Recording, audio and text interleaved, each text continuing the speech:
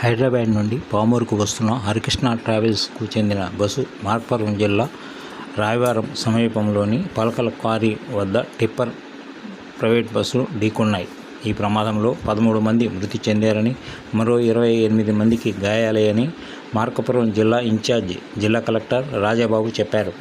ఈ ప్రైవేట్ బస్సులో మొత్తం 41 మంది ప్రయాణికులు ఉన్నారని కలెక్టర్ అన్నారు.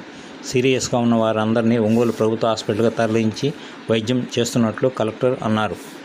ప్రమాద సంఘటనపై ముఖ్యమంత్రి తీవ్ర దిగ్భ్రాంతి వ్యక్తం చేశారు. మంత్రులు గొట్టిపాటి రవికుమార్, డాక్టర్ డోలా బాలవీరాంజనేయ స్వామి అధికారులతో మాట్లాడి గాయపడిన వారికి పూర్తిస్థాయిలో మెరుగైన చికిత్సలు చేయాలని ఆదేశాలు జారీ చేశారు. బాధిత కుటుంబాలకు ప్రభుత్వం పూర్తిగా అండగా ఉంటుందని మంత్రులు చెప్పారు.